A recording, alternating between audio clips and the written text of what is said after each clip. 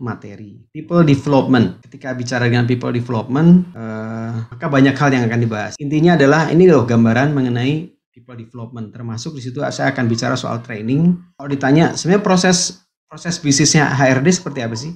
Ini saya bantu. Ada gambaran kurang lebih seperti ini. Unsur-unsur dalam training and development tentunya ada learning, ada education, ada development-nya, ada training-nya. Training itu memberikan informasi untuk pekerjaan saat ini, membangun skill and attitude sebenarnya ya. Seperti ini ya, kalau pelatihan training itu karyawan untuk memiliki skill. Secara singkatnya begini, kurang lebih seperti itu, masih sama orientasinya masa sekarang, kalau development orientasinya ke masa depan. Karena bahayanya begini, ketika sudah dilakukan proses penilaian, sudah ketemu nih, oh ternyata ada orang-orang yang punya potensi, yang layak untuk dipromosikan, layak untuk dikembangkan karirnya, yang sudah matang lah istilahnya. Tapi kemudian tidak diapa-apakan, tetangga sebelah bisa ngambil. Kita bicara people development. Menemukan dan mengeluarkan potensi yang ada pada diri karyawan yang mungkin selama ini masih terpendam. Tujuannya pengembangan personal dan peningkatan kinerja perusahaan. Dari new hire, dari awal day one, sampai mereka retire atau leave. Memperlengkapi, equip si individuals atau tim dengan skills, knowledge, dan kompetensi yang dibutuhkan oleh perusahaan. Ya. Ruang lingkup employee development itu ada 3. Pertama, motivasi. Jadi, gimana caranya si karyawan ini termotivasi untuk mengembangkan kemampuannya. Frameworknya, jadi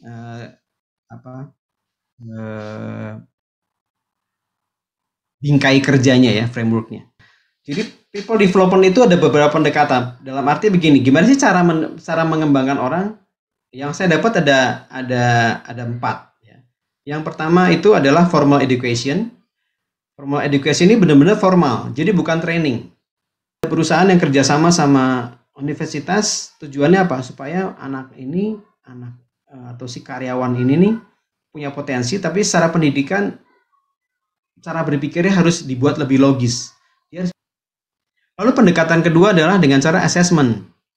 Assessment ini mengumpulkan informasi, feedback tentang sikap mereka, cara berkomunikasi mereka, keterampilan mereka. Mengukur perilaku ketika melakukan suatu pekerjaan. Tujuannya adalah memberikan pembobotan terhadap knowledge, skill, and attitude dalam kerja. Suatu metode penilaian digunakan untuk menilai dan mengevaluasi kapasitas seseorang secara komprehensif. Bisa Anda lihat, di assessment center ini simulasinya banyak. Dengan cara benchmark, ya, studi banding, benchmark, dengan cara evaluasi membandingkan sistem kerja yang selama ini berjalan di suatu perusahaan dengan sistem kerja yang berlaku tempat lain. Pendekatannya, approach-nya adalah dengan cara assessment. Di dalam assessment itu ada macam-macam, ada assessment center, ada benchmark, ada performance appraisal. Lakukan per tahun, per 6 bulan, ada yang 4 bulan. Umumnya sih 6 bulan sekali, artinya setahun 2 kali. Tentunya namanya mau menilai orang, nomor 1 adalah tadi kalau kita bicara framework yang pertama, ada standar kompetensi di 60 degree ya. Nah, job experience. Dia harus mengalami punya pengalaman kerja. Ketika dia punya berhubungan dengan orang lain. Ketika dia dapat masalah baru.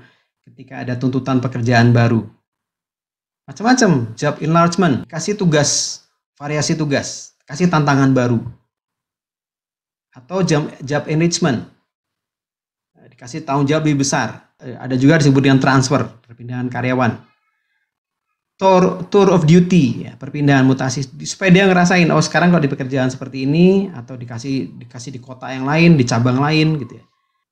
Yang terakhir ada interpersonal relationship, yaitu mentoring dan coaching. Kita bicara tahap employee development, menyusun kompetensi profile. Ini dia yang tadi saya sampaikan. Di awal kita harus tahu nih, soft skill-nya seperti apa, hard skill-nya apa yang harus dikuasai di setiap jabatan.